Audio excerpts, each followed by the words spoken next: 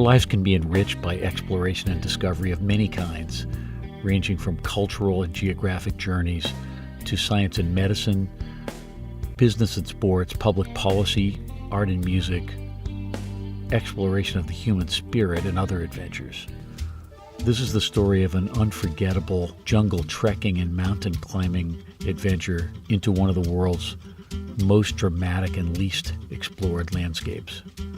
It was an opportunity to get a rare and intimate glimpse of a society and way of life barely touched by human civilization over several thousand years.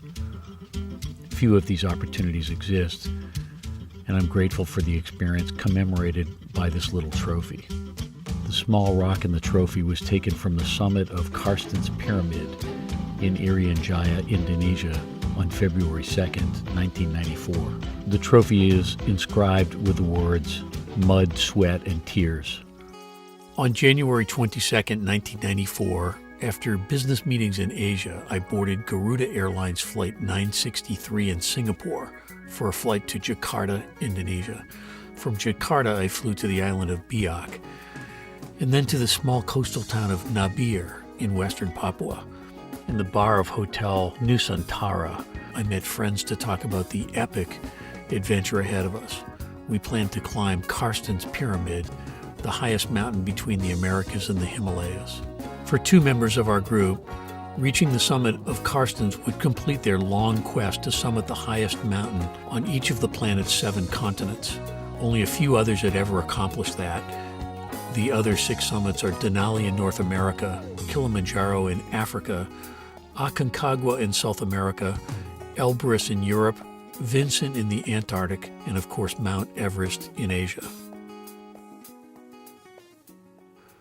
We knew that getting to Carstensz was going to be a very ambitious challenge, requiring long and difficult trekking through the notoriously dense and mountainous rainforests of western Papua, less mapped than the surface of the moon. And the climb to the summit of Carstensz with an elevation of more than 16,000 feet is known to be very difficult and technically challenging. We were anxious to get underway. That night in Nabire, I reviewed briefing materials for the expedition, and I finished an obscure book called The Conquest of Copper Mountain. In that amazing book, geologist Forbes Wilson chronicles the dramatic exploration and development of a fantastically remote and vast mining operation in one of the world's largest outcrops of minerals. That mine that Wilson established in the late 1960s is now known as the Grasberg. It's based in the remote and forbidding mountain landscapes of western Papua, not far from Carstensz Pyramid. Grasberg is said to be the world's largest gold mine and the planet's 3rd largest copper mine. Wilson's book was full of colorful stories about his time in western Papua. The next morning, we explored Nabire and several beaches nearby. We heard more about western Papua, then known as Irian Jaya. It's a region roughly the size of California, occupying half of the world's 2nd largest island. Papua is home to one of the world's most distinctive and isolated cultures. Several 100,000 indigenous Papuans living in isolated villages speak more than 200 languages that are believed in most cases to be mutually unintelligible. This astonishing diversity represents more than half of all languages spoken on Earth. It is the result of thousands of years of isolation for individual villages and settlements.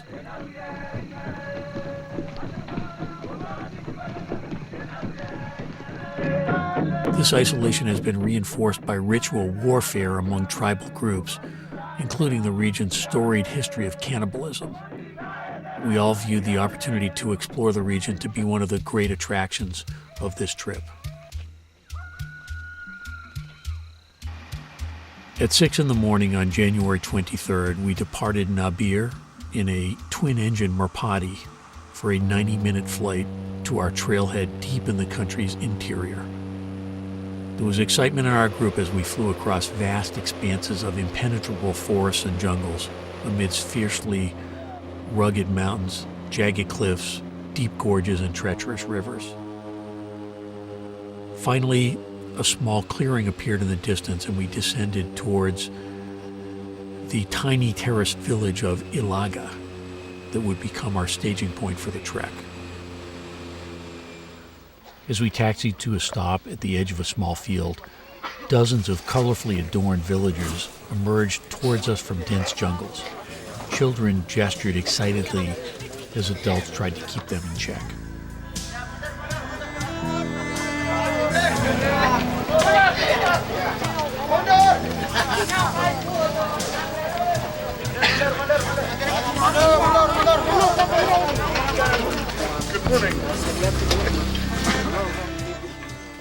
After quickly unloading gear, our plane taxied and flew away.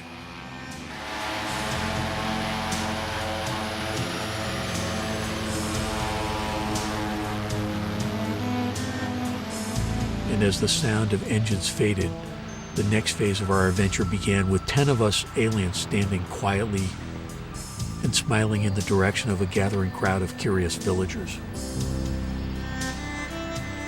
Despite warnings by the adults, children couldn't resist the temptation to come closer and interact with our group.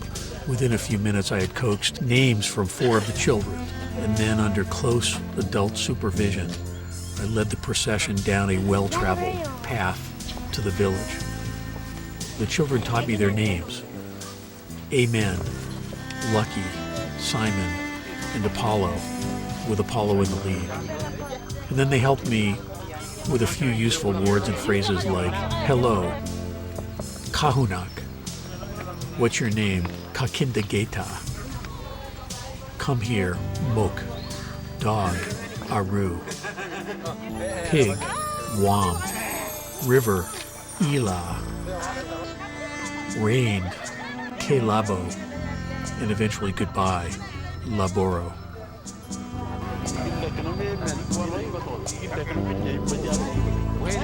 To amuse the kids, I taught them 3 different ways to whistle. After thousands of years, whistling had finally arrived in the Dani tribe culture of Western Papua.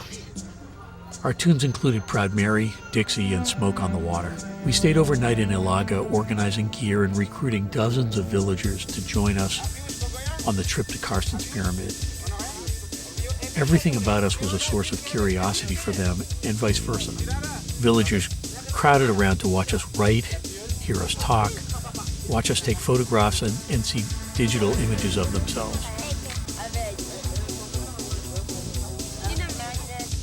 They led us through the beautiful valley that has been home to this tribe for centuries and evokes images of Shangri-La. Hola.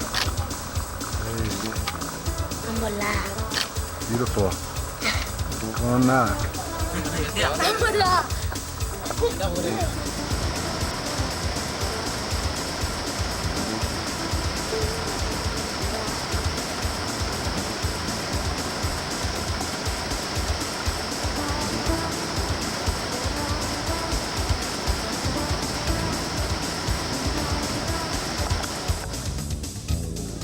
We saw their homes, their gardens, their mummified ancestors, their swimming holes, and their pigs.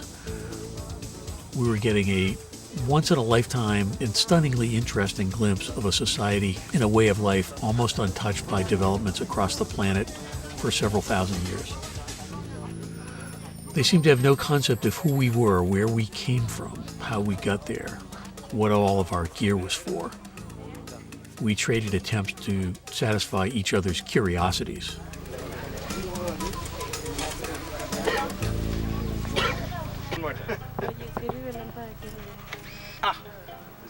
We were taught a special handshake that Papuans used to greet each other. And then we started our trek to faraway Carstensz Pyramid.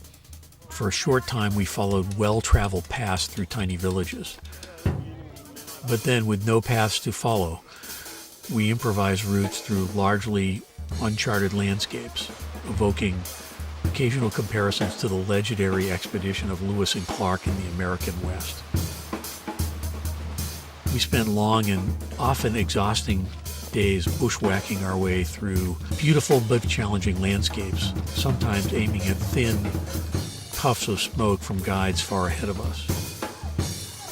Day after day, we would crawl up steep jungle slopes through dense vegetation. because of the frequent rain, most of the hiking was in mud. Day after day, we tramped and slid through the mud. We crossed treacherous rivers, and we navigated over high mountain passes.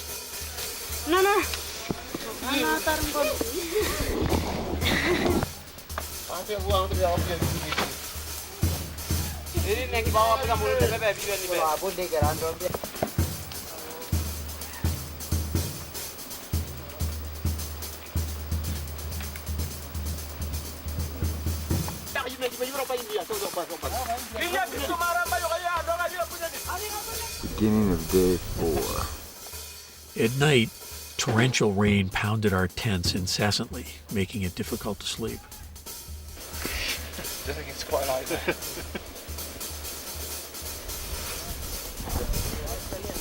The boys trying to cook water. I was wondering. But we also hiked in patches of glorious sunshine with spectacular views of seldom seen landscapes as we navigated our way towards Carstensz. Snakes don't make noises like that, do they? Portable GPS devices helped guide us through a world where maps were essentially useless. Along the way, our barefoot Papuan guides and porters were devoted and enjoyable companions, and they were excited about this adventure across landscapes totally new and sometimes daunting to them. Despite language barriers, we came to know them well, including their sense of humor, which often mirrored our own. Our group was often widely separated as we hiked. The lead Papuan guide, Diko, was sometimes my sole companion as we clambered up and down steep ridges and even swam across mountain streams. You can get 100.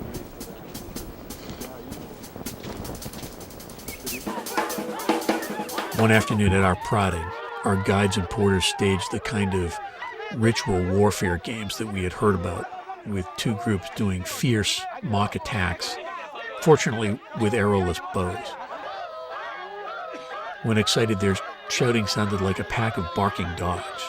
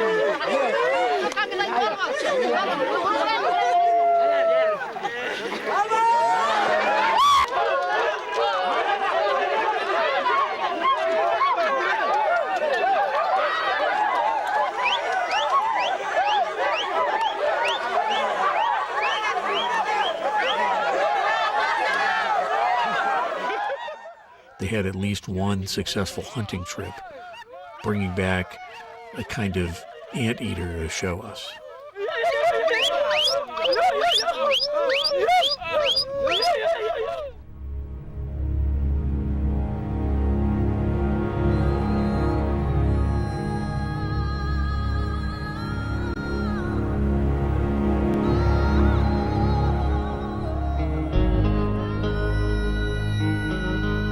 Six days after departing Ilaga, we emerged from the dense rainforest into high alpine plateaus, and then suddenly there was Carstensz, a high, jagged and forbidding peak amidst the country's famously rugged chain of mountains separating northern highlands from vast, sweltering wetlands in the south.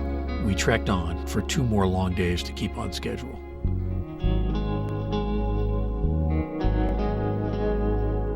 Finally, at an altitude of almost 10,000 feet, we reached barren mountain landscapes and traversed around a high mountain lake to a site that would serve as base camp for our ascent of Carstensz.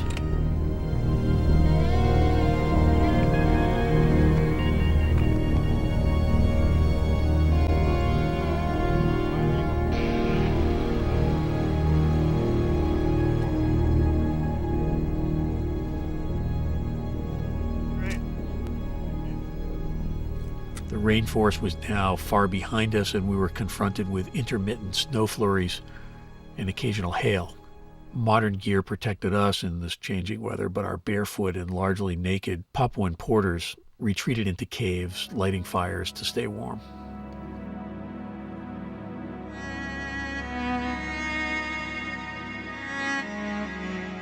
From our base camp at an elevation of 12,000 feet, Carstensz Pyramid looked massive and forbidding.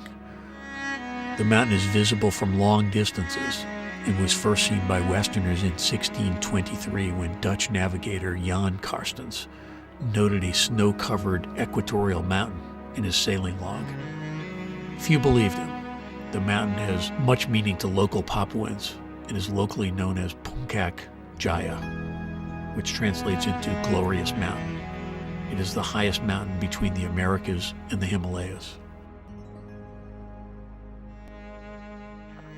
After midnight on February 3rd, 1994, we donned climbing gear, including headlamps, and departed camp for the difficult technical climb to the summit of Carstensz. Okay, there's Ripto walking down the trail.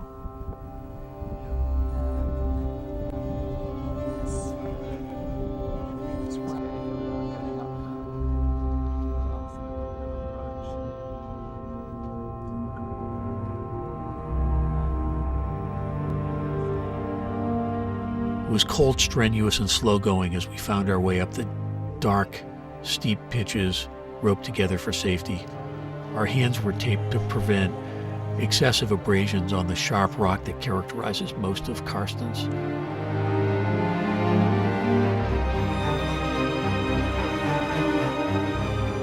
The path to the summit was far from clear, and we improvised as we climbed, scrambling up and down steep sections in weather that rapidly alternated between rain and snow.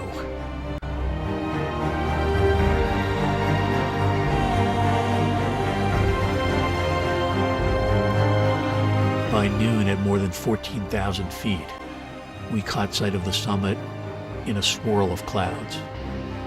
At the same time, we realized that we had fallen behind schedule and risked the prospect of a descent after dark. So we pushed our pace harder for the final sections, with success now within reach. At 2 in the afternoon that day, we took turns sitting on the remote summit of Carstensz Pyramid at an elevation of more than 16,000 feet. Pictures were taken and there were cheers and toasts. For 2 climbers in our party, bagging Carstensz Pyramid was the culmination of long quests to bag all of the 7 summits. They had already succeeded with Everest, Denali, Aconcagua, Vincent, Elbrus, and Kilimanjaro, which I had summited years earlier. Now the elusive and technically challenging Carstensz was ours. Over the 20 years that have elapsed since this epic adventure, the country, its people, and our experience are often on my mind. I continue to value a life of adventure and discovery, but I'm no longer a rock climber. I remember the images of young children whistling in the village of Alaga. I pay special attention to stories about Western Papua, including books such as Deadly Feast and Lost in Shangri-La. There is also an obscure but remarkable film about Irian Jaya called Sky Above, Mud Below. I returned to the region recently for some diving and ocean conservation work in the spectacular landscapes and seascapes of Raja Ampat.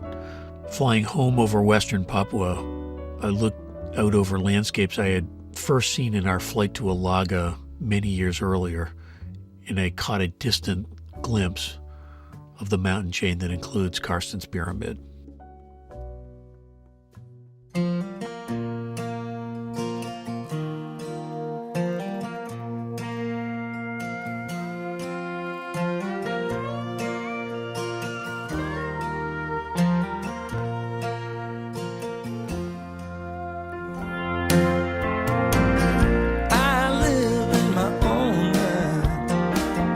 Ain't nothing but a good time.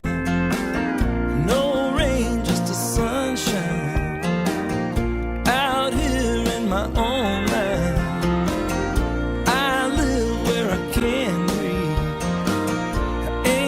nothing but a cool breeze.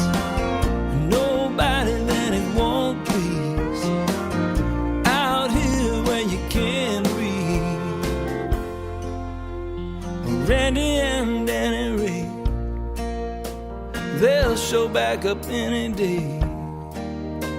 That's one thing you can count on. But sometimes they'll be long gone. I'd rather be